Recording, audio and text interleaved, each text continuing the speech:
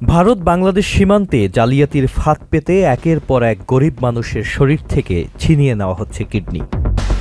জয়পুরহাটের কালাই উপজেলার বৈগুনী গ্রাম যেন কিডনি পাচারের হটস্পট। এলাকাবাসীর ভাষায় এটাই এখন কিডনি গ্রাম। আল জাজিরার প্রকাশিত এক অনুসন্ধানী প্রতিবেদনে উঠে এসেছে ভয়াবহ তথ্য। বলা হয়েছে গ্রামের প্রতিটি পরিবারই কেউ না কেউ কিডনি বিক্রি করেছেন। তাদের অধিকাংশই ৩০ থেকে ৩৫ বছর বয়সী। কারো কারো কিডনি বিক্রির কারণ ঋণ, কেউ মাদকাসক্তির ফাঁদে, আবার কেউ শুধুই অভাবের তাড়নায়। আল জাজিরার প্রতিবেদনে কালাই উপজেলার বৈগুনী গ্রামের ৪৫ বছর বয়সী কিডনি হারানো সফির উদ্দিনের পূর্ণাঙ্গ অভিজ্ঞতা তুলে ধরা হয়েছে। ২০২৪ সালের গ্রীষ্মে ভারতে ৩,৫০,০০০ টাকার বিনিময়ে কিডনি বিক্রি করেছিলেন। ভেবেছিলেন এই অর্থে তিনি তার সন্তানের ভবিষ্যৎ করবেন, কিন্তু সেই অর্থ অনেক আগেই শেষ হয়েছে। বাড়িটিও এখন অসমাপ্ত। সফির উদ্দিন বলেন, আমি কিডনি বিক্রি করেছি আমার পরিবার এবং স্ত্রী সন্তানদের ভালো রাখতে। তিনি আরও বলেন, দারিদ্র্যতা আর হতাশা তাকে দালালের প্রস্তাবে রাজি করায়। তারা ভিসা, ফ্লাইট, ভুয়া কাগজপত্র ও হাসপাতালের আনুষ্ঠানিকতা সম্পন্ন করে ভারতে নিয়ে যায়। তিনি জানেন না তার কিডনি কার শরীরে গেছে। এই পাচার চক্রটি অত্যন্ত সুপরিকল্পিত। বাংলাদেশের গরিব মানুষদের ভারতীয় ধনী রোগীদের জন্য ব্যবহৃত হচ্ছে কেবল এক প্রোডাক্ট হিসেবে। প্রতি বছর ভারতে প্রায় ২ লাখ কিডনি রোগী থাকলেও ট্রান্সপ্লান্ট হয় মাত্র ১৩,৬০০ জনের। এই ঘাটতি মেটাতে গোপনে কাজ করছে এক দালাল চক্র। কালাই উপজেলার সফির উদ্দিনের মতো ৪৫ বছর বয়সী জ্যোৎস্না বেগম এবং তার স্বামী বেলাল হোসেনের গল্প একই রকম।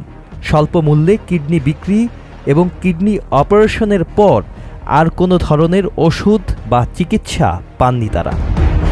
জ্যোৎস্না বেগম বলেন, আমার জীবন নষ্ট হয়ে গেছে। এখন ব্যথা, শারীরিক দুর্বলতা এবং ওষুধের টানাপোড়েনে ভুগছেন। ভুক্তভোগীদের ভাষ্যমতে এই চক্রে ডাক্তার থেকে শুরু করে ভারত বাংলাদেশ ২ দেশের পাচারকারীরা জড়িত।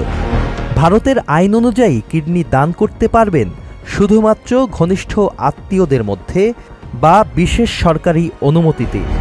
সেই কারণেই সফির উদ্দিনকেও কিডনি প্রাপকের আত্মীয় দেখিয়ে জাল সনদ তৈরি করা হয়। এই আইনের কারণে পাচারকারীরা ভুয়া পারিবারিক সম্পর্ক, হাসপাতালের কাগজপত্র, এমনকি জাল ডিএনএ রিপোর্ট তৈরি করে আইন এড়িয়ে যায়। সফির উদ্দিনের মতো অনেককেই ভুয়া ডিএনএ রিপোর্ট এবং আত্মীয়তার প্রমাণপত্র বানিয়ে নিয়ে যাওয়া হয় ভারতীয় হাসপাতালগুলোতে। কিডনি পাচারকারী এক দালালের ভাষ্যমতে ভারতের একজন রোগী কিডনি পেতে ২০ থেকে ২৫ লাখ টাকা ব্যয় করেন, কিন্তু বাংলাদেশি দাতা পান ৩ থেকে ৫ লাখ টাকা। বাকি অর্থ ভাগ হয় দালাল, নকল আত্মীয়, হাসপাতাল ও ভুয়া নথিপত্র বানানোর চক্রের মধ্যে। Sajid Abdullah, channel I. Bundle থাকলে প্রতি সেনমানিতে টাকা বাঁচবে। বিকাশ সেনমানি বান্ডেল কিনে জিতুন প্রতি লেনদেনে। শুরু হয়েছে Standard Charter Channel I agro অ্যাওয়ার্ডের ১০ম আয়োজনের মনোনয়ন গ্রহণ।